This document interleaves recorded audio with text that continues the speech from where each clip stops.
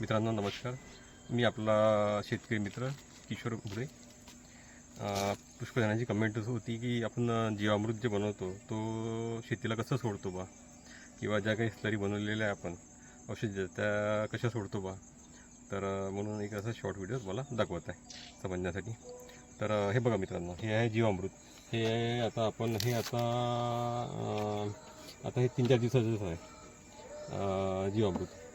आता सोडलेलं आहे आपण, फ्रेश नाही समजायचं. हे हे हे जीवामृत आहे समजायचं. आणि ही जी आहे ही आपली बायोरिच आहे समजायचं. बायोरिच कल्चर आपण जे बनवलेलं आहे मल्टिप्लाय करून हे असं झालं आहे. आणि हे बघा, ही जी टँक आहे 250,000 लिटरची, ही पण हे आहे काय म्हणतात त्याला, बायोरिच बनवलेलं आहे आपण. बायोरिच तुम्हाला माहीत आहे, 10 किलो शेण, 1 लिटर गोमित्र आणि 2 किलो गूळ असं टाकून हे बायोरिच बनवलेलं आहे मित्रांनो. इतकं छान बनवलेलं आहे. हे 250,000 लिटरची टँक आहे. तर हे आमचं रोज असं शेताला चालू राहते असं सोडणं. तर रोज 200 लिटर असं सोडणं जातं प्रत्येक लाईनीला वगैरे. हे बघा मित्रांनो, हे पण बायोरिचचं. हे बघा किती छान बनलं. हे बघा, हे बघा जीवाणूची, हे बघा, हे बघा किती छान बनलं हे. तर हे थोडं आता जास्त दिवस झाले याला. जास्त दिवस म्हणजे कमीत कमी 7 दिवस झाले. तर त्याच्यामुळे अशी व्हाईट लेअर आली आहे. आणि हेच बघा, हे आता हे 4-5 दिवसाचं आहे. हे पण आपलं बायोरिचच आहे, पण हे फ्रेश आहे समजायचं. 4-5 दिवसाचं आहे. हे पण तसंच आहे फ्रेश.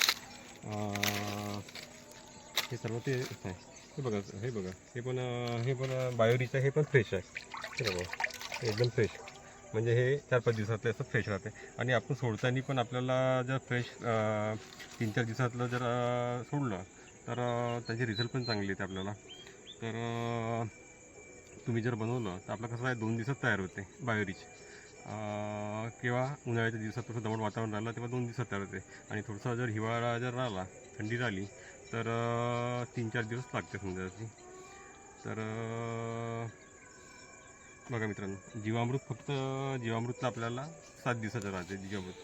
आणि आपण जे जीवामृत बनवलेलं आहे, आपल्याकडे जे जीवामृत आहे ते जंगलातली माती आपण आणली आहे. आपल्याला जंगल लागूनच असल्यामुळे जंगलातली माती आणून आपण त्याचे जीवामृत बनवलेलं आहे. तर त्याचे रिझल्ट वेगळे आहे. आता आधी जे आपण वापरत होतो तो कन्सेप्ट आता थोडासा बदलला आहे आपण. तर जंगलातली माती आणून त्याचं बनवतो. आणि बेसनच्या ऐवजी आपण प्रोटीनसाठी फक्त आपण दही टाकवतो. तर त्याचे पण रिझल्ट चांगले आले आपल्याला. सर्व मालाला, गव्हाला म्हणा, काही म्हणा, म्हणजे काही टाकायचं काम नाही पडलं आपल्याला. अदर न्यूट्रिशन टाकायचं काही काम नाही पडलं समजायचं. तर मित्रांनो, हे तुम्हाला आपण स्लरी कशी सोडतो हे तुम्हाला दाखवतो. तर या इकडून.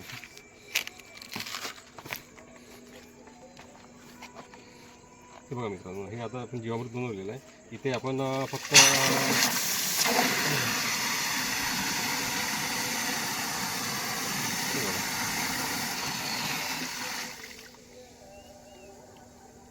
तर हे फ्रेश आहे, म्हणजे जवळपास आता याला 4 दिवसाचं आहे जीवामृत हे समजायचं.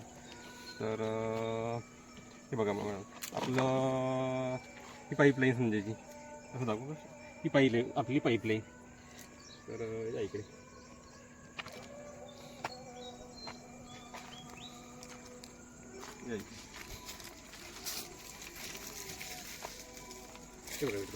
आपण जी ही नळी लावली आहे ती त्या ह्याला वॉलला लावली आहे.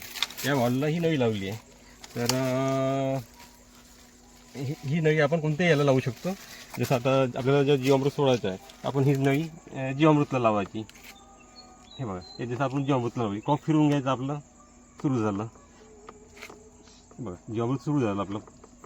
ठीक आहे.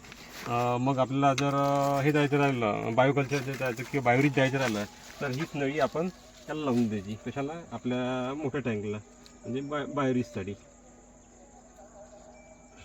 बस अशी लावली, कॉक सुरू करून दिलं आपलं, तर हे पूर्ण याला शेताला सुरू होऊन जाते. तर अशी ही सिस्टम आपण इथून जागेवरून बनवलेली आहे समजायची. तर अजून मित्र तो तुम्हाला दाखवतो. आता ही नळी आपण इथे लावली समजायची बॉलला.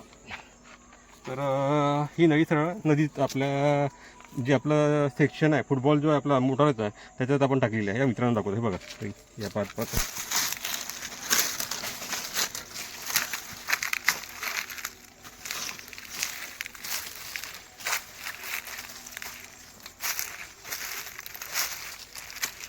हे बघा हा सरळ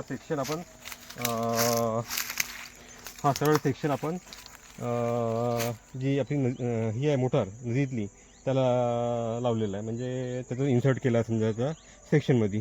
तर जे काही जीवामृत वगैरे आहे, जितके स्लरी आहे, सरळ आपल्या त्या पाईपानी सरळ त्या मोटरमध्ये जाते. थोडंसं जेवढून दिसते का बाबा मोटर. तर असं इथे बरं दिसतं. तर असं आहे मित्रांनो की जीवामृत म्हणजे लोक म्हणतात की स्लरी सोडायला थोडंसं त्रास जातो बा, पंप चोकअप याच्या त्याच्या नाही का. तर मित्रांनो स्प्रिंकलर किंवा पटपाणी जेव्हा सुरू राहते तर आपलं काम चालू राहते समजायचं.